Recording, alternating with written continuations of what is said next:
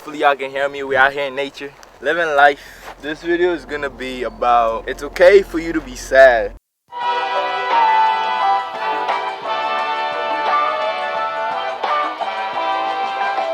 It's okay for you to experience all those feelings inside of you. It's okay to be vulnerable. And the reason I'm saying all these things is because I felt in the past that it's been difficult for me to express how I feel and not to feel judged or feel wrong about feeling a certain way. I've grown to mask how I feel.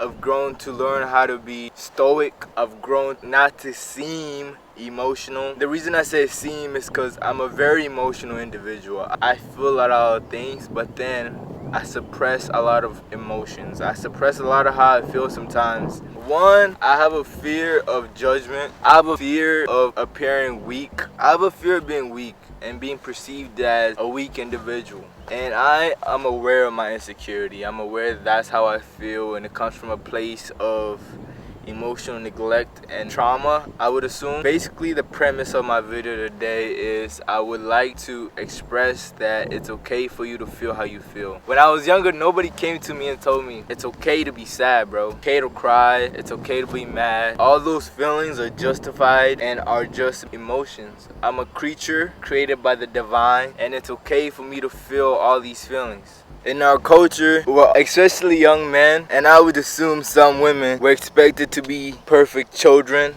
perfect individuals, and it's a burden, it's a gift also that we've been bestowed upon all these challenges, all these expectations to fulfill. We want to be the generation that broke all the curses. We want to be the generation that was the first to do it. We want to be the generation that said, I took my family out of the gutter. I took my family out of poverty. I took my family from a mind state of being undervalued to a mind state of people knowing their worth and knowing how much they mean and knowing how much they can contribute to the world. Lately, I haven't been feeling 100%. I haven't been feeling 100%. I haven't been feeling 100% myself. I've been feeling like I'm in a state of, I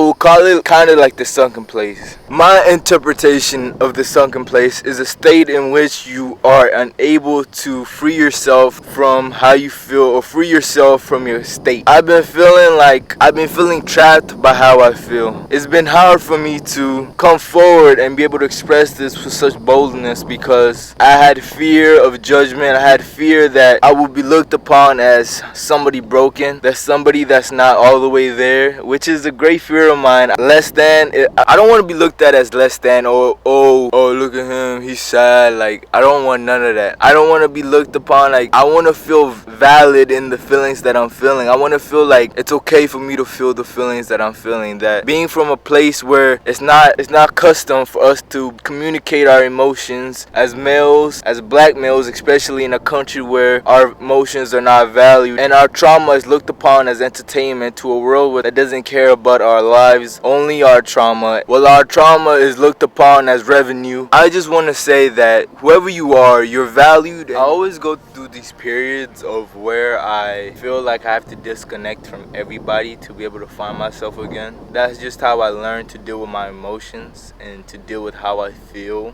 which I can see in a way is not a very proactive way to deal with problems. Cutting everybody off and then going on to your lonely corner and dealing with your problem has not been a very sufficient way for me to deal with my emotional and mental battles. It's come to a state where I've decided that it was a big step for me to decide that I needed help, and it was also a big step for me to decide that I needed therapy. I set in a therapist appointment 4 weeks ago. I called, I made the appointment, and the day came where I was supposed to go to therapy, and I was like, I don't want to go. It's not like therapy is a big deal, but it's the fact that I'll be able to be so vulnerable, which is a place where I don't like being. Well, to me that was funny, where I can face so many fears. Like currently I'm outside filming, which a lot of people, this would take a lot of courage. There's people around me, people looking at me. I don't feel any anxiousness, but when it comes to me talking about how I feel, that gives me anxiety and that makes me feel a certain way. When I decided to talk to the doctors and talk to people, I've been talking to people around. I have a good close net of friends that I talk to about how I feel and that have been very supportive about how I feel. It takes courage for me to come out here and say that